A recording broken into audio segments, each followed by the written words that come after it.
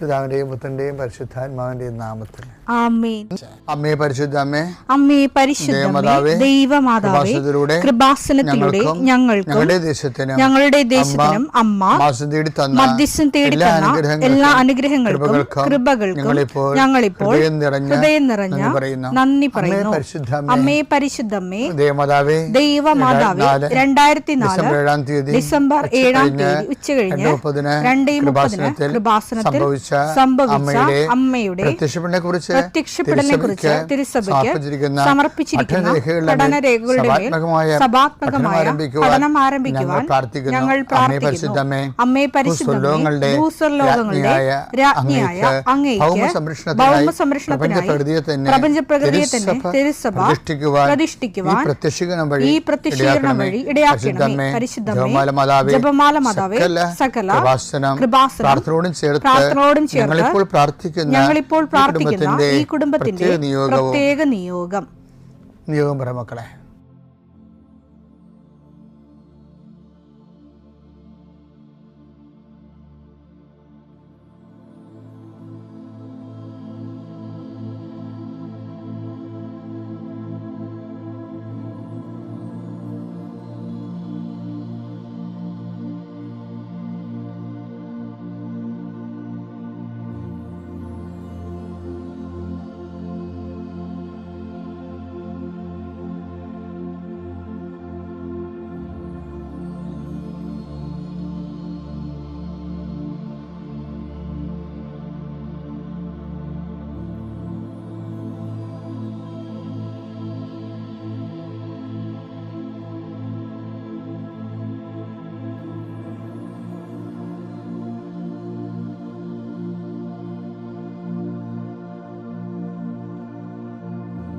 അമ്മയുടെ പ്രത്യക്ഷീകരണത്തിന്റെ ഈ അനുഗ്രഹവേളയിൽ ഞങ്ങൾക്ക് സാധിച്ചു തരുവാൻ കനിയണമേ. ആമേൻ. വിശ്വാസ പ്രമാണം. സർവശക്തനായ പിതാവും ആകാശത്തിന്റെയും ഭൂമിയുടെയും സൃഷ്ടാവുമായ ദൈവത്തിൽ ഞാൻ വിശ്വസിക്കുന്നു. അവിടുത്തെ ഏകപുത്രനും ഞങ്ങളുടെ കർത്താവുമായ ഈശോമിശിഹായിലും ഞാൻ വിശ്വസിക്കുന്നു. ഈ പുത്രൻ പരിശുദ്ധാത്മാവിനാൽ ഗർഭസ്ഥനായി കന്യകാമറിയത്തിൽ നിന്ന് പിറന്ന് പൊന്തിയോസ് പീലാത്തോസിന്റെ കാലത്ത് പീഡകൾ സഹിച്ച് കുരിശിൽ തറയ്ക്കപ്പെട്ട് മരിച്ച് അടക്കപ്പെട്ട് പാതാളങ്ങളിൽ ഇറങ്ങി മരിച്ചവരുടെ ഇടയിൽ നിന്ന് 3-ാം നാൾ ഉയർത്ത് സ്വർഗത്തിലേക്ക് എഴുന്നള്ളി സർവശക്തിയുള്ള പിതാവായ ദൈവത്തിന്റെ വലതുഭാഗത്തിരിക്കുന്നു. അവിടെ നിന്ന് ജീവിക്കുന്നവരെയും മരിച്ചവരെയും വിധിക്കുവാൻ വരുമെന്നും ഞാൻ വിശ്വസിക്കുന്നു. പരിശുദ്ധാത്മാവിലും ഞാൻ വിശ്വസിക്കുന്നു. വിശുദ്ധ കത്തോലിക്കാ സഭയിലും പുണ്യവാന്മാരുടെ ഐക്യത്തിലും പാപങ്ങളുടെ മോചനത്തിലും ശരീരത്തിന്റെ ഉയർപ്പിലും നിത്യമായ ജീവിതത്തിലും ഞാൻ വിശ്വസിക്കുന്നു. ആമേൻ. സ്വർഗ്ഗസ്ഥനായ ഞങ്ങളുടെ പിതാവേ, അങ്ങയുടെ നാമം പൂജിതമാകണമേ. അങ്ങയുടെ രാജ്യം വരണമേ. അങ്ങയുടെ തിരുമനസ് സ്വർഗത്തിലെ പോലെ ഭൂമിയിലും ആകണമേ. അന്നു വേണ്ടുന്ന ആഹാരം ഇന്ന് ഞങ്ങൾക്ക് തരണമേ. ഞങ്ങളോട് തെറ്റ് ചെയ്യുന്നവരോട് ഞങ്ങൾ ക്ഷമിക്കുന്നത് പോലെ ഞങ്ങളുടെ തെറ്റുകൾ ഞങ്ങളോടും ക്ഷമിക്കണമേ. ഞങ്ങളെ പ്രലോഭനത്തിൽ ഉൾപ്പെടുത്തരുതേ, തിന്മയിൽ ഞങ്ങൾ രക്ഷിക്കണമേ. ആമേൻ. നന്മ നിറഞ്ഞ മറിയമേ, സ്വസ്തി. കർത്താവ് അങ്ങയുടെ കൂടെ സ്ത്രീകളിൽ അങ്ങ് അനുഗ്രഹിക്കപ്പെട്ടവളാകുന്നു. അങ്ങയുടെ ഉദരത്തിൻ ഫലമായി ഈശോ അനുഗ്രഹിക്കപ്പെട്ടവനാകുന്നു. പരിശുദ്ധ മറിയമേ, തമ്പുരാന്റെ അമ്മേ, പാപികളായ ഞങ്ങൾക്ക് വേണ്ടി ഇപ്പോഴും ഞങ്ങളുടെ മരണസമയത്തും തമ്പുരാനോട് അപേക്ഷിക്കണമേ. ആമേൻ. കർത്താവേ, നിന്റെ ഉന്നതമായ നാമത്തിന് സ്തോത്രം ചെയ്യുന്നു. കർത്താവേ, നിന്റെ വിശുദ്ധ പൗരോഹിത്യത്തെ മഹത്വപ്പെടുത്തണമേ. കർത്താവെ, സഭയിലുള്ള സാന്നിധ്യം പ്രകടമാക്കണമേ. 40 വർഷം ഞാൻ അർപ്പിച്ച കൃപാനയുടെ യോഗ്യതയാണ്. കൃപാസ്ഥാനത്താറെ ജീവനോടെ പ്രത്യക്ഷപ്പെട്ട പരിശുദ്ധ അമ്മയുടെ മാധ്യസ്ഥത്തിൽ ഞാൻ മക്കളെ ആശീർവദിക്കുന്നു. ഈശോയെ, എവിടെയെങ്കിലും യാത്ര ചെയ്യുന്ന മുമ്പ് ഇതൊന്ന് കൂടിയിട്ട് പോണവരുണ്ട്. ഈശോയെ, അവർ മക്കളുടെ ഇന്നത്തെ മുഴുവൻ യാത്രകൾ ഞാൻ അങ്ങേക്ക് ഏൽപ്പിക്കുന്നു. കർത്താവേ, നിത്യവൃത്തിക്ക് വകയില്ലാത്തവരുണ്ട്. എല്ലാ മേഖലകളിലും വിഷമിക്കുന്ന മക്കള്. ഇക്കാലങ്ങളിൽ ഏറ്റവും വലിയ ദുരന്തം ചെറിയവരെ തിരക്കാൻ ഉള്ള സംവിധാനങ്ങൾ പ്രവർത്തനക്ഷമമല്ല എന്നുള്ളതാണ്. ചിലർ പ്രത്യേക ഏജൻസിനെ വെച്ചുകൊണ്ട് ഇവിടെ ദരിദ്രയില്ല രോഗികളില്ല, ഇവിടെ എല്ലാം ഒന്നാം സ്ഥാനത്തെ കുതിക്കണം എന്നുള്ള ഒരു മിഥ്യാധാരണ വരുത്തിയിട്ട് അതിൻ്റെ പിന്നിൽ ഏറ്റവും ദരിദ്രനെയും ഓരം കെട്ടി കിടക്കുന്നവനെയും അവനെ അഡ്രസ്സ് ചെയ്യാൻ പറ്റാത്തൊരവസ്ഥയിലേക്ക് കൊണ്ടുവന്ന് എത്തിക്കുന്ന ഒരു സാമൂഹ്യമായി അന്ധകാരം നാടിനെ വ്യാപിക്കുന്നുണ്ട് കർത്താവേ. അത് എല്ലായിടത്തും അതുണ്ട്, ഒരിടത്തും ഒരു സ്റ്റേറ്റിലും മാത്രമല്ല. ഈ രാജ്യത്ത് തന്നെ ഇങ്ങനെയുള്ള കുറേ ഏജൻസികൾ ഇരുന്നുകൊണ്ട് മിഥ്യാബോധങ്ങൾ സൃഷ്ടിക്കുന്നുണ്ട്. അതിൻ്റെ ഭാഗമായിട്ട് ജനങ്ങൾ അവലംബമില്ലാതെ ഉഴറുകയും തെറ്റായ തീരുമാനങ്ങൾ കാരണം ഉള്ള തൊഴിലിടങ്ങൾ വരെ അടച്ചു പൂട്ടുന്നതിൻ്റെ ഭീതിയിലിരിക്കുന്നു. എല്ലാം അടച്ചു പൂട്ടി ഇനിയിപ്പോൾ ആരോഗ്യ മേഖലയും സമരം ചെയ്ത് അടച്ചു പൂട്ടിക്കുകയാണ് തൽപര കക്ഷികൾ. ഓരോരോ കാരണങ്ങൾ പറഞ്ഞു. നാളെ ഈ രാജ്യത്ത് ഒന്നിനും മുതൽ മുടക്കാൻ ആരും ഉണ്ടാകത്തില്ല. അപ്പോഴും ഈ രാജ്യം ഒന്നാം സ്ഥാനത്താണെന്ന് പറഞ്ഞുകൊണ്ടേയിരിക്കും. ജനങ്ങളുടെ ശ്രേയസ്സിനും എല്ലാവരെയും സന്ധിക്കാൻ ആവശ്യമായ മാർഗം കാണിച്ചു കൊടുക്കണം പ്രാർത്ഥിക്കുന്നു. പിതാപുത്രനും പരിശുദ്ധാത്മാവായ സർവ്വേശ്വര എന്നേക്കും ആമേൻ. എൻ്റെ പ്രിയപ്പെട്ടവരെ, കർത്താവിൻ്റെ വചനത്തിലെ നമ്മളുടെ സ്റ്റാറ്റസ് എന്താണെന്ന് പറയുന്നുണ്ട്. പ്രവർത്തകരുടെ, പ്രേക്ഷിതരുടെ, നമ്മൾ ദൈവത്തിൻ്റെ നമ്മുടെ കൂടെ ദൈവം ചെയ്യുന്ന വേലയുടെ കൂടെയാണ് നമ്മൾ ചെയ്യുന്നത്. അതാണ് ബൈബിൾ പറയണത്, നമ്മൾ ദൈവത്തിൻ്റെ കൂട്ടുവേലക്കാരാണെന്ന്. ഇപ്പം നമ്മളുടെ തണ്ടിയായി നിൽക്കുന്നത് ദൈവമാണ്. 1 കൊരിന്ത്യർ 3:9 ഞങ്ങൾ ദൈവത്തിൻ്റെ കൂട്ടുവേലക്കാരാണ്. ഞങ്ങൾ ദൈവത്തിൻ്റെ കൂട്ടുവേലക്കാരാണ്. നിങ്ങളാകട്ടെ ദൈവത്തിൻ്റെ വയലും വീടും. പ്രേക്ഷിതനെന്ന് പറയുന്ന ആള് ബേസിക്കായിട്ട് ആരാണ്? ദൈവത്തിൻ്റെ കൂട്ടുവേലക്കാരെയാണ്. അപ്പം നമ്മുടെ പണിക്കൂട്ടുകാരൻ ആരാണ്? ദൈവമാണ്. അപ്പോൾ ദൈവമാണ് പ്രവർത്തിക്കണത്. അപ്പം നിങ്ങളിപ്പോൾ പത്രം കൊണ്ട് ഉടമ്പടിക്കാരാകുമ്പോൾ അയ്യോ, അപ്പം നിങ്ങളുടെ കൂട്ടുകാർ ആരെങ്കിലും വന്നില്ലെങ്കിൽ നിങ്ങളുടനെ അവൾ വരട്ടെ അല്ലെങ്കിൽ അവൻ വരട്ടെ, നാളെ കൊടുക്കാം എന്ന് പറഞ്ഞ് മാറ്റി വെക്കുമ്പോൾ നിങ്ങളുടെ കൂട്ടുകാരക്കാരൻ ദൈവമല്ല, നിങ്ങളുടെ അയൽവാസിയോ ഫ്രണ്ടോ ആണ്. അങ്ങനെ സുവിശേഷത്തിൽ ഒരു ഓപ്ഷനില്ല. അതൊരു മാനുഷിക പ്രവർത്തനങ്ങൾക്കാണ് അതൊക്കെ വേണ്ടി വരുന്നത്. നമ്മൾ ചെയ്യുന്നത് മാനുഷിക പ്രവർത്തനമല്ല, ദൈവിക പ്രവർത്തനമാണ്. ദൈവിക പ്രവർത്തനങ്ങളിൽ കൂട്ടുവേലയിൽ വരണത്, അതർ സൈഡിൽ വരണത് ദൈവമാണ്. അതുകൊണ്ടാണ് ഈ പൗലോസ് അപ്പോസ്തലൻ തന്നെയും, ഞാൻ കഴിഞ്ഞ ദിവസം നിങ്ങൾ പറഞ്ഞില്ലേ, പിരിയാൻ നേരത്ത് തിമോത്തിയോസിനോട് പറയും, എൻ്റെ ജോലി പൂർത്തിയായി, ഞാൻ വിശ്വാസം സംരക്ഷിച്ചു, നീതിയുടെ കിരീടം എനിക്ക് വേണ്ടി കാത്തു വച്ചിരിക്കുന്നു. പക്ഷേ വിഷയം എന്താ? ഞാൻ പോകുന്നത് കാരണം നീ നിൻ്റെ ജോലി കൂട്ടില്ലല്ലോ എന്ന് വിചാരിച്ചുകൊണ്ട് നീ അവസാനിപ്പിക്കരുത്. എനിക്ക് കൽപ്പിച്ചെടുത്ത് ഞാൻ നിൽക്കുമ്പോൾ നീ മുന്നോട്ട് പോകണം. ഒറ്റക്കാണെങ്കിലും നീ ജോലി ചെയ്യണം. 2 തിമോത്തി 4:2 വചനം പ്രസംഗിക്കുക. സാഹചര്യങ്ങൾ അനുകൂലമാണെങ്കിലും അല്ലെങ്കിലും പൗലോസ് പോകുമ്പോൾ തന്നെ, പൗലോസ് വേർപിരിയുമ്പോൾ തന്നെ സാഹചര്യങ്ങൾ അനുകൂലമല്ലല്ലോ. അതാണ് അല്ലെങ്കിലും എന്ന് പറയണത്. അല്ലെങ്കിലും ജാഗരൂകതയോടെ വർത്തിക്കുക. മറ്റുള്ളവരിൽ ബോധ്യം ജനിപ്പിക്കുകയും ഞാനില്ലെങ്കിലും മറ്റുള്ളവർ ബോധ്യം ജനിപ്പിക്കാൻ അവരെ ശാസിക്കുകയും ഉദ്ബോധിപ്പിക്കുകയും ചെയ്യുക.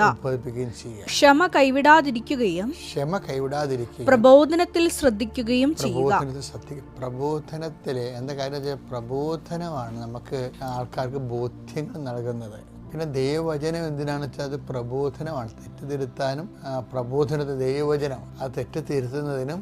2 തിമോത്തി 3:16 വിശുദ്ധ ലിഖിതമെല്ലാം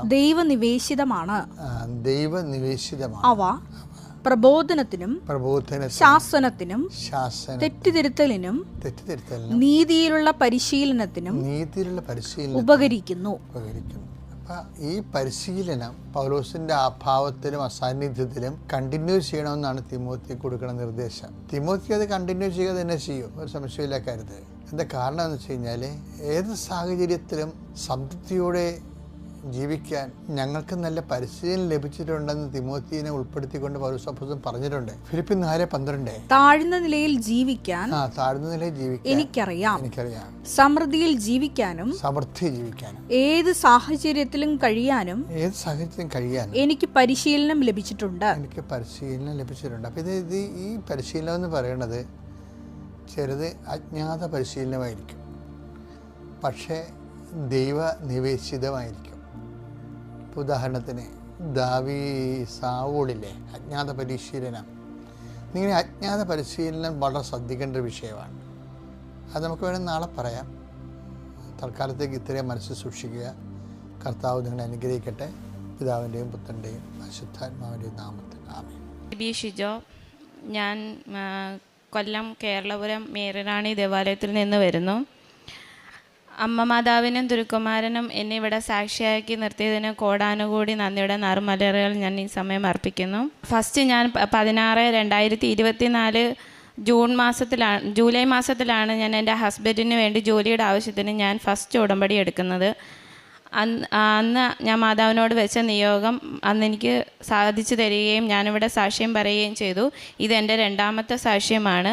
ഇന്ന് ഞാൻ എനിക്ക് ജോലി തന്ന ഒരു വലിയൊരു അനുഗ്രഹത്തിൻ്റെ സാക്ഷിയായിട്ടാണ് ഞാൻ ഇന്നിവിടെ നിൽക്കുന്നത്. ഞാനൊരു 2025 വരെ ഉടമ്പടി പുതുക്കി പോയെങ്കിലും ഒരിക്കലും എൻ്റെ ഒരു ജോലിയുടെ ആവശ്യത്തിന് വേണ്ടി ഞാൻ മാതാവിനോട് ചോദിച്ചിട്ടില്ലായിരുന്നു. പക്ഷേ എനിക്ക് ജോലിയില്ലാത്തത് എൻ്റെ ജീവിതത്തിൽ ഭയങ്കര ചോദ്യചിഹ്നമായിട്ടും മറ്റുള്ളവർ എന്നോട് അതിനെപ്പറ്റി എപ്പോഴും സംസാരിക്കുകയും ചെയ്യുമായിരുന്നു. പക്ഷേ ആദ്യമൊക്കെ എനിക്കത്ര വലിയ വേദന തോന്നിയില്ലെങ്കിൽ പോലും പിന്നീട് ഭയങ്കര വേദനയായി. ഞാൻ മാതാവിനോട് 2025 നവംബർ 11 ഉടമ്പടി പുതുക്കിയപ്പം ഒരു നിയോഗം മാതാവിൻ്റെ മുന്നിൽ ഞാനൊരു നിയോഗം പോലെ മാത്രമേ ഞാൻ അന്നത് വെച്ചുള്ളൂ. എനിക്ക് വിദേശത്ത് പോകണം, എവിടെ പോകണമെന്നോ എങ്ങോട്ട് പോകണമെന്നോ ആരെ ഒന്നും ഞാൻ അതിനകത്ത് വെച്ചില്ല. എനിക്ക് വിദേശത്ത് പോകണം, എല്ലാം അമ്മ തന്നെ ഒരുക്കി തരണമെന്ന് മാത്രമേ ഞാൻ പറഞ്ഞോളൂ. 2025 നവംബർ 11 ഞാൻ ഉടമ്പടി പുതുക്കി ഇവിടുന്ന് പോയി. ഏകദേശം ഒരു ഡിസംബർ പകുതിയോടുകൂടി എനിക്ക് അമ്മ എല്ലാത്തിനും തുടക്കം കുറിക്കുകയായിരുന്നു. മാതാവ് വഴി അങ്ങനെ ഇരുന്നപ്പോൾ ഞാൻ ആദ്യം ആഗ്രഹിച്ച് ഇസ്രയേലിൽ പോകാൻ വേണ്ടിയായിരുന്നു. പക്ഷേ എന്നിട്ട് ഞാൻ മാതാവിൻ്റെ മുന്നിൽ ബൈബിളിനകത്ത് നറുക്കിട്ട് ചോദിച്ചു, ഇറ്റലി, ഇസ്രയേൽ അല്ലെങ്കിൽ ദുബായ്. മാതാവ് എനിക്ക് ആവർത്തിച്ച് കാണിച്ചു തന്നത് ഇറ്റലി ആയിരുന്നു. പക്ഷേ ആദ്യമൊക്കെ ഞാൻ നിഷേധിച്ചു, എനിക്ക് വേണ്ട, എനിക്ക് ഇസ്രയേലിൽ പോയാൽ മതി എന്ന് പറഞ്ഞു.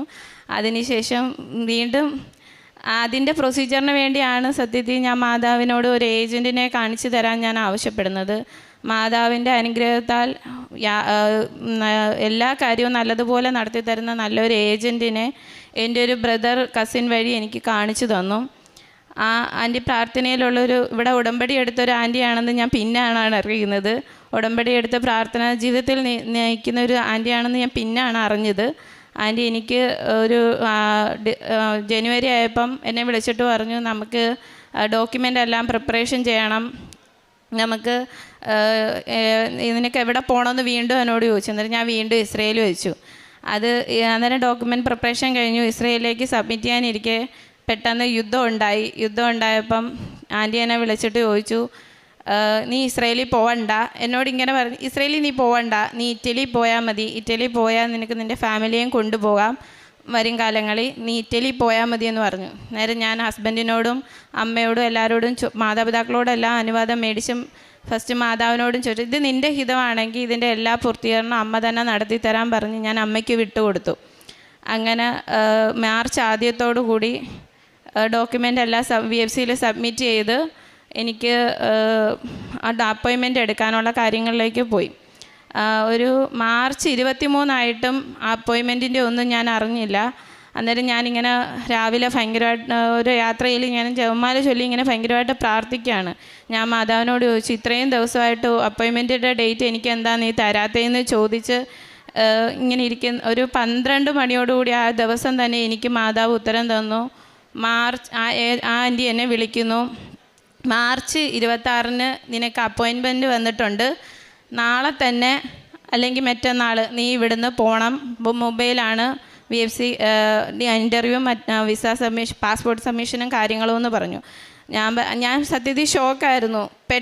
എല്ലാം പെട്ടെന്നാണ് സംഭവിച്ചത്. ഞാൻ ചോദിച്ചതും എനിക്ക് ഉത്തരം തന്നതും നിമിഷങ്ങൾക്കാവുകയാണ്. ഞാൻ ആദ്യമൊക്കെ എന്ത് ചെയ്യണമെന്നറിയാതിരുന്ന് കരഞ്ഞ്. എന്നിട്ട് ഞാൻ മാതാവിനോട് ചോദിച്ചു, എനിക്കിതിന് യോഗ്യതയുണ്ടോ? ഞാൻ ചോദിക്കുമ്പോൾ നീ ഇത്രയും പെട്ടെന്ന് എനിക്ക് ഉത്തരം തന്നല്ലോ എന്ന് പറഞ്ഞ് ഞാൻ മാതാവിനോട് ചോദിച്ച് ഞാൻ കരയുകയാണ്. ബസ്സിൽ ഞാൻ യാത്ര ചെയ്യുകയാണ് ആ സമയത്ത്. അന്നേരവും ഞാൻ പോലും അറിയാതെ എൻ്റെ കണ്ണിൽ നിന്ന് കണ്ണീര് വന്നുകൊണ്ടിരിക്കുകയാണ്. അതിനുശേഷം ഞാൻ 26-ാം തീയതി മുംബൈയിലെത്തി. മുംബൈയിൽ പാസ്പോർട്ട് സബ്മിറ്റ് ചെയ്യുന്നതിന് മുന്നേ തന്നെ ഞാൻ രാവിലത്തെ ഡെയിലി ബ്രെഡ് അച്ഛൻ്റെത് കൂടിയിട്ടാണ് ഞാൻ പോകുന്നത്. 7:30 എനിക്ക് അവിടെ നിൽക്കണം. ഞാൻ കയറുന്നതിന് മുന്നേ മാതാവിൻ്റെ എണ്ണ, ഞാൻ യാത്രകളിലെ ഉടനീളം ഞാൻ എവിടെ പോയാലും എൻ്റെ കയ്യിൽ ഉടമ്പടി കാശ്രൂപമുള്ള ജപമാലയും ഉണ്ടാകും, എൻ്റെ നെറ്റിയിൽ എണ്ണയും ഉണ്ടാകും. ഞാൻ പൊട്ട് ഉപയോഗിക്കാറില്ല. ഏകദേശം ഒരു 3 വർഷമായി ഞാൻ പൊട്ട് ഉപേക്ഷിച്ചിട്ട്. അതിന് മുന്നേ വരെയൊക്കെ ഞാൻ പൊട്ട് വയ്ക്കുമായിരുന്നു. അതിനുശേഷം ഞാൻ ആലോചിക്കുന്നത്, എൻ്റെ അമ്മയുടെ തൈലം ഉണ്ടല്ലോ, പിന്നെ എന്തിനാ എനിക്ക് പൊട്ടിൻ്റെ ആവശ്യമെന്ന് മാത്രമേ ഞാൻ ചിന്തിച്ചിട്ടുള്ളൂ. ഞാൻ ഈ യാത്രയിൽ എവിടെ പോയാലും, അടുത്ത് ഉള്ള സ്ഥലങ്ങളിൽ പോയാൽ പോലും ഞാൻ ഉടമ്പടി തൈലം ഇടാതെ ഇറങ്ങി പോവാറില്ല. അങ്ങനെ ഞാൻ VFCയിൽ കയറുന്നതിന് മുന്നേ സൈഡിൽ ഒരു ചെടിയുണ്ട്. ആരും ചവിട്ടാത്തടുത്ത് ഉപ്പ് ഇട്ട് പ്രാർത്ഥിക്കണം എന്നാണ് എൻ്റെ ആഗ്രഹം കൊണ്ട് ഞാൻ അവിടെ ഉപ്പിട്ട് പ്രാർത്ഥിച്ച് ഞാൻ കഴിക്കുകയും ചെയ്തു. അകത്ത് കയറി ഞാൻ ഒരുപാട് ടെൻഷനോടാണ് ഇൻ്റർവ്യൂവിന് കയറിയതെങ്കിൽ പോലും ഞാൻ ടെൻഷൻ അടിച്ചതിൻ്റെ ഒരു 0% പോലും എനിക്ക് അവിടെ യാതൊരു പ്രശ്നങ്ങളും എനിക്ക് നേരിടേണ്ടി വന്നില്ല. അവിടെ എന്നെ ഇൻ്റർവ്യൂ ചെയ്യാനിരുന്ന ആൾ പോലും ഭയങ്കര ഫ്രണ്ട്ലി ആയിരുന്നു. ചിരിച്ച് ഗുഡ് മോർണിംഗ് ഒക്കെ പറഞ്ഞ് ജസ്റ്റ് 2-3 ചോദ്യങ്ങളൊക്കെ ചോദിച്ചിട്ട് എന്നോട് പറഞ്ഞു, ഓക്കെ പോയിക്കോ, വിസ അടിച്ച് പാസ്പോർട്ട് വരുമെന്ന് മാത്രം പറഞ്ഞു. ഞാനങ്ങനെ വീട്ടിൽ വന്ന് മാതാവിനോട് എല്ലാവരോടും വിളിച്ച് ഇൻ്റർവ്യൂ പാസ്സായതിനും മാതാവിനും തിരുക്കുമാരനും ഒരുപാട് നന്ദി പറഞ്ഞ് ഇങ്ങനെ നിന്ന്. അങ്ങനെ മെയ് 12 ആയപ്പം ഞാനിവിടെ വന്ന് വീണ്ടും 6ാമത്തെ ഉടമ്പടി പുതുക്കി. 6ാമത്തെ ഉടമ്പടി പുതുക്കിയ സമയത്ത് ഞാൻ മാതാവിനോട് പറഞ്ഞു, മാതാവേ, അവിടുന്ന് ആ ആൻറ്റി പറഞ്ഞത് 60 ദിവസമാകും എങ്കിലും ആകും വിസ വരാനാണ്.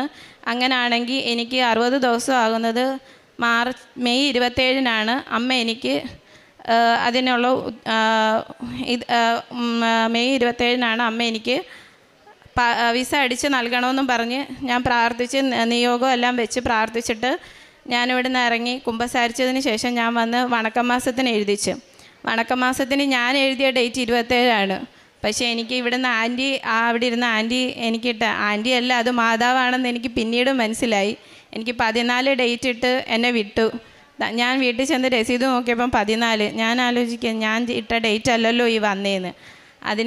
അന്നേരം ഞാനിങ്ങനെ പിറ്റേന്ന് രാവിലെ 13-ാം തീയതി രാവിലെ അച്ഛൻ ഡെയിലി ബ്രെഡിൽ പറയുന്നു. എന്നിട്ട് ഞാനിങ്ങനെ ആലോചിക്കുന്നത്, എൻ്റെ കാര്യം എന്താ അച്ഛൻ ഇങ്ങനെ പറയാത്തതെന്ന് ഞാൻ ചിന്തിച്ച് തീരും മുന്നേ അച്ഛൻ പറഞ്ഞ്, അങ്ങനെ ചിന്തിക്കുന്നവരുടെ ഉത്തരവായിട്ട് 7 ദിവസത്തിനകം അതിനുള്ള ഉത്തരം കിട്ടിയിരിക്കുമെന്ന്. പക്ഷേ 7 ദിവസമൊന്നും എടുത്തില്ല. മെയ് 14 ഉച്ച കഴിഞ്ഞ് ഒരു 4 മണിയാകുന്ന സമയത്ത് എൻ്റെ ഏജൻറ്റ് എന്നെ വിളിച്ചിട്ട് ആൻറ്റി എന്നോട് പറയുന്നു, നീ ഒരുപാട് അനുഗ്രഹിക്കപ്പെട്ടവളാണ്, ഈശോയ്ക്ക് ഒരുപാട് ഇഷ്ടമുള്ള കുഞ്ഞാണ് നീ. അല്ലെങ്കിൽ ഇങ്ങനൊരു അത്ഭുതം ഒരിക്കലും നടക്കത്തില്ല. കാരണം നിനക്ക് മുന്നേ വിസ വെച്ച ഒരാട പോലും പാസ്പോർട്ടിൽ വിസ അടിച്ച് ഇതുവരെ വന്നിട്ടില്ല. ഫസ്റ്റ് നിൻ്റെതാണ് വന്നിരിക്കുന്നത്. കറക്റ്റ് 45 ദിവസം തികഞ്ഞ ദിവസം എൻ്റേത് വന്ന് 60 ദിവസമാണ് പറഞ്ഞത്. പക്ഷേ എനിക്ക് മാതാവ് കറക്റ്റ് 45 ദിവസം തികഞ്ഞത് 13-ാം തീയതി 14-ാം തീയതി വിസ അടിച്ച് വന്ന് 14-ാം തീയതി ഞാൻ അറിയുന്നത് എൻ്റെ പാസ്പോർട്ടിൽ വിസ അടിച്ചെന്ന്. എങ്ങനെ ഞാൻ കരയണോ മാതാവിൻ്റെ അടുത്ത് എന്തോ പറയണമെന്ന് പോലും അറിയാതെ ഞാനിങ്ങനെ ഈശോയെയും മാതാവിനെയും നോക്കി നിൽക്കുക. ഇതിനുള്ള യോഗ്യത എനിക്കില്ലെന്നറിയാം. കാരണം ഞാൻ പ്രത്യേകിച്ച് ഒരു ട്രേഡും പഠിച്ചിട്ടില്ല. ഞാൻ പഠിച്ചിട്ടുണ്ടെങ്കിൽ പോലും ഞാൻ വെച്ചതൊന്നും അതിൻ്റെതായ ഒരു ഇതിലല്ല. വിദേശത്ത് പോകണമെന്ന് മാത്രമേ ഞാൻ മാതാവിനോട് ആവശ്യപ്പെട്ടുള്ളൂ. മാതാവ് എനിക്ക് മെയ് 14-ന് എൻ്റെ പാസ്പോർട്ടിൽ വിസ അടിച്ച് തന്ന് ഞാൻ ഇവിടുന്ന് അതിനുശേഷം ഞാൻ ജൂൺ 3-ാം തീയതി ഇവിടെ വന്ന് പത്രമെല്ലാം മേടിച്ച് ഞാൻ വീട്ടിൽ നിന്ന് വരുന്ന സമയത്ത് ഞാൻ വണ്ടി ഇരുന്ന് ജപമാല പഠിക്കുകയായിരുന്നു. ഞാൻ അമ്മയോട് ചോദിച്ചു, അമ്മേ എനിക്ക് എന്നാ പോകാൻ പറ്റുന്നേ? ഇപ്പം തന്നെ 1 മാസം ആവാറായി വിസ അടിച്ചിട്ട്, ആകെ 3 മാസം, ഓഗസ്റ്റ് 8 വരെ സമയമുള്ളൂ, എനിക്ക് എന്നാ പോകാൻ പറ്റുന്നതെന്ന് ഞാൻ ചോദിച്ചിട്ട് ഞാൻ കൊല്ലത്തുനിന്നാണ് വരുന്നത്. കായംകുളം എത്തിയപ്പം ഞാൻ ആകാശത്തോട്ട് ഇങ്ങനെ നോക്കിയപ്പം ആദ്യം 7 എന്നൊരു സംഖ്യ തെളിഞ്ഞു വന്ന്, കുറച്ച് കഴിഞ്ഞപ്പം വീണ്ടും 23 എന്ന സംഖ്യ തെളിഞ്ഞു വന്ന്.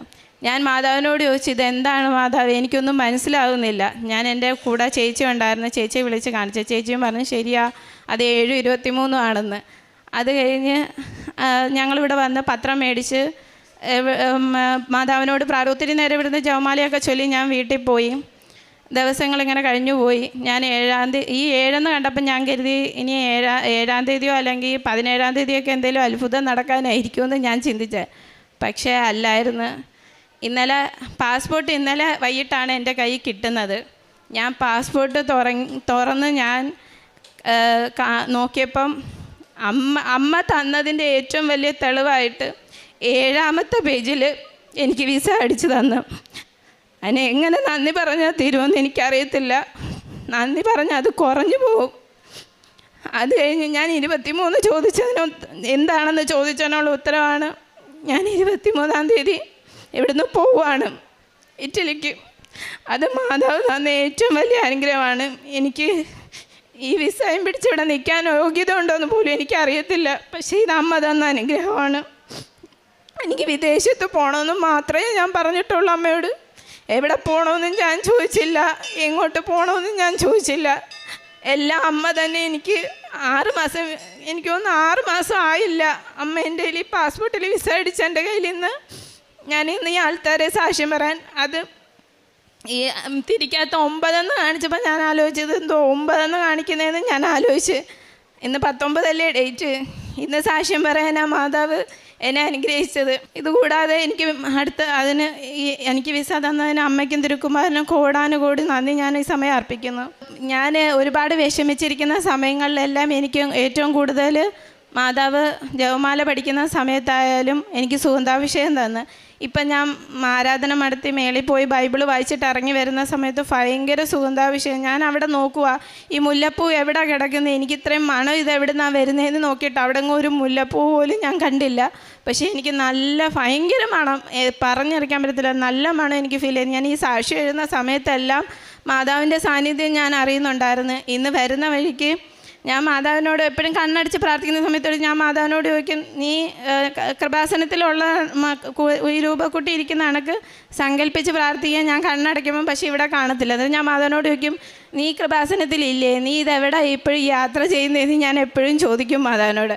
അന്നേരം ഞാനിങ്ങനെ വരുന്ന സമയത്ത് ഞാൻ പ്രാർത്ഥന പഠിച്ചൊന്ന് മയങ്ങിപ്പോയപ്പം പെട്ടെന്ന് രൂപക്കുട്ടി മാതാവുണ്ട്. മാതാവിൻ്റെ കൂടെ മാതാവിൻ്റെ അതേ കളറിൽ ഈശോയും ഉണ്ട്. ഞാൻ ഞെട്ടിപ്പോയി. ഞാൻ പെട്ടെന്ന് ഞെട്ടിയിട്ട് ഞാൻ വിചാരിച്ച് എനിക്ക് തോന്നിയതായിരിക്കും എന്ന് വിചാരിച്ച് ഞാൻ വീണ്ടും കണ്ണടച്ചിട്ട് ഞാൻ ചോദിച്ചു, എനിക്ക് തോന്നിയതാണോ എന്ന് വെച്ചപ്പം വീണ്ടും എനിക്ക് അങ്ങനെ തന്നെ കാണിച്ചു തന്നു മാതാവ്. അന്നേരം എനിക്ക് മനസ്സിലായി ഇപ്പോഴും ഈ യാത്രയിലുടനീളം എൻ്റെ കൂടെ എപ്പോഴും ഉണ്ടെന്ന് എനിക്ക് മനസ്സിലായി. പിന്നെ രോഗസൗഖ്യമായിട്ട് എനിക്ക് ഈ വലത്തെ താടിയെല്ലിന് തേയ്മാനം ഉണ്ടായിരുന്നു. എനിക്ക് ഈ കട്ടിയുള്ള ഒരു സാധനങ്ങളും കടിക്കാൻ പറ്റത്തില്ലായിരുന്നു. അത് കടിച്ച ഉടനെ ആ ഭാഗം മൊത്തം നീര് കെട്ടി ഭയങ്കര ബുദ്ധിമുട്ടാണ്, കിടക്കാൻ പറ്റത്തില്ല, വേദന. പക്ഷേ ഏകദേശം ഒരു 2 മാസത്തോളം ആകുന്ന മേളിലായി, 2-3 മാസം എന്ന് പറയാം, അത്രയായി. എനിക്ക് ഇപ്പം യാതൊരുവിധ ബുദ്ധിമുട്ടും ഇല്ല, എന്ത് കഴിച്ചാലും എനിക്ക് വേദനയില്ല. അതുപോലെ തന്നെ എനിക്ക് എല്ലാ മാസവും എനിക്ക് കഫക്കെട്ടിൻ്റെ ബുദ്ധിമുട്ട് കാരണം എനിക്ക് ആൻറ്റിബയോട്ടിക് എടുക്കേണ്ട ഒരു അവസ്ഥ ഉണ്ടായിരുന്നു. അതും ഇതുപോലെ ഒരു 3 മാസമായിട്ട് എനിക്ക് ഒരു ആൻറ്റിബയോട്ടിക് എടുക്കേണ്ട ആവശ്യം ഇതുവരെ വന്നിട്ടില്ല. കഫക്കെട്ടിൻ്റെ പ്രശ്നം ഇപ്പം എനിക്ക് വരാറില്ല. അലർജിയുടെ അസുഖം എനിക്ക് എൻ്റെ മാതാവ് അതും എനിക്ക് മാറ്റി തന്നു. ഞാൻ പ്രേക്ഷിത പ്രവർത്തനമായിട്ട് ഞാൻ ചെയ്തുകൊണ്ടിരുന്നത് പത്രം മേടിച്ച് ക്രൈസ്തവർക്കല്ല, കൂടുതലും ഞാൻ അക്രൈസ്തവർക്ക് തന്നെയാണ് ഞാൻ നടന്നുപോയി എല്ലായിടത്തും കൊടുക്കും. ഞാൻ പള്ളികളിൽ അധികം കൊടുക്കാറില്ല. കൊടുക്കുമെങ്കിൽ പോലും ആദ്യം അവിടെ ചെല്ലുമ്പോൾ എല്ലാവരും പത്രമായിട്ട് ഇങ്ങനെ നിൽക്കുന്ന കാണുമ്പോൾ ഞാൻ വിചാരിക്കുന്നു ഞാനും കൂടെ എന്തിനാണ് നിന്ന് കൊടുക്കുന്നത്, ഞാനിനി എൻ്റെ സ്ഥലത്ത് അക്രൈസ്തവരായ ആൾക്കാർക്ക് കൊണ്ട് കൊടുക്കാമെന്നും പറഞ്ഞ് ഞാൻ അവിടെ നിന്ന് ഇറങ്ങി വന്ന് എനിക്ക് എവിടം വരെ ആ പത്രമായിട്ട് പോകാൻ പറ്റുന്നോ അത്രയും സ്ഥലത്ത് പോയി ഞാൻ പത്രം കൊടുക്കാറുണ്ട്. എന്നോട് പ്രാർത്ഥനാ സഹായം അപേക്ഷിക്കുന്ന എല്ലാവർക്കും വേണ്ടി ഞാൻ പ്രാർത്ഥന എപ്പോഴും മാതാവിനോട് നിയോഗം വെച്ച് സമർപ്പിച്ച് രാവിലത്തെ ഡെയിലി ബ്രെഡിൽ പ്രാർത്ഥിക്കാറുണ്ട്. എനിക്ക് ജോലിയില്ല, എൻ്റെ ഹസ്ബൻഡിൻ്റെ സാലറിയിൽ നിന്നായാലും എന്നാൽ കഴിയുന്ന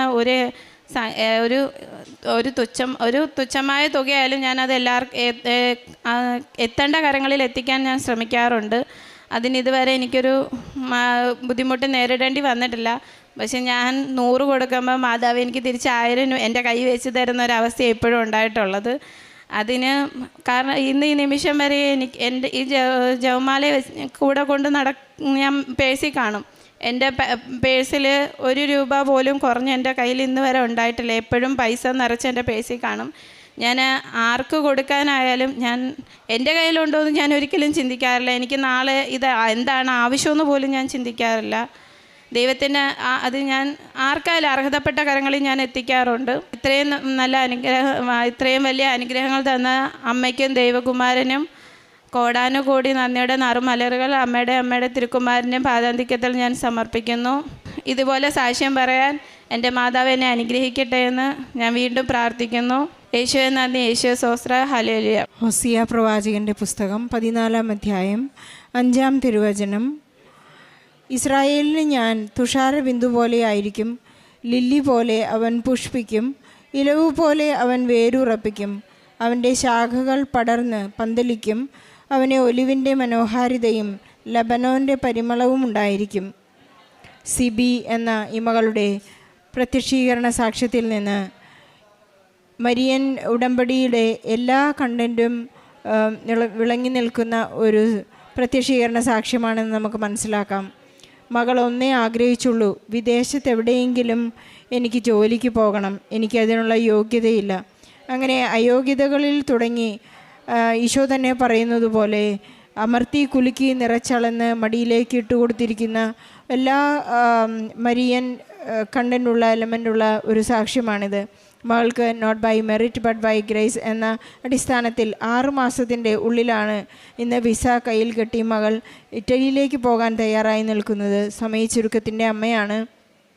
സിബിയുടെ ഈ ജീവിതത്തിൽ വളരെയധികം ഇടപെട്ടുകൊണ്ട് എല്ലാ സൈൻസ് സിമ്പിൾസ് എല്ലാം അമ്മ കാണിച്ചു കൊടുത്ത് ഡേറ്റ്, സമയം, അങ്ങനെ ജീവിതത്തിലുണ്ടാകുന്ന ചെറിയ ശാരീരിക അസ്വസ്ഥതകളുടെ സൗഖ്യങ്ങൾ എല്ലാം ഈ മകൾക്ക് പരിശുദ്ധ അമ്മയുടെ കമ്മ്യൂണിക്കേഷനിലൂടെ നിനക്ക് സാധിക്കാവുന്ന, നിനക്ക് എന്ത് വേണം, നീ ആഗ്രഹിച്ചത് ഇസ്രായേലാണെങ്കിലും ഉടമ്പടിയെടുത്ത് പ്രാർത്ഥിക്കുന്ന ഒരു ഏജൻറ്റ് തന്നെ ഈ മകൾക്ക് ഇറ്റലിയിലേക്ക് കൊണ്ടുപോവുകയും സമയാസമയങ്ങളിൽ സുഗന്ധാഭിഷേകത്തിലൂടെയും സമയച്ചുരുക്കത്തിലൂടെയും എല്ലാം ഈ മകൾക്കുള്ള എല്ലാ കാര്യങ്ങളും പരിശുദ്ധ അമ്മ ക്രമീകരിച്ചു കൊടുത്ത് ഈശോയെ അത്യധികം സ്നേഹിക്കുവാനും ഇനി അതുപോലെ തന്നെ തുടർന്നുള്ള ജീവിതത്തിലും എപ്പോഴും ഈശോയോട് കൂടെയായിരിക്കുവാനും നിത്യതയോളം ഈശോയെ കൂട്ടുപിടിച്ച് ജീവിക്കുവാനുള്ള വലിയ കൃപ നൽകിയതിന് സിബിക്ക് ലഭിച്ച എല്ലാ അനുഗ്രഹങ്ങൾക്കും നന്ദി പറയുന്നതോടൊപ്പം ഈ സമാനമായ ജീവിത പ്രതിസന്ധികളിലൂടെ തകർന്ന് ജീവിക്കുന്ന എല്ലാ മക്കളുടെയും അനുഭവങ്ങളെയും പ്രാർത്ഥനകളെയും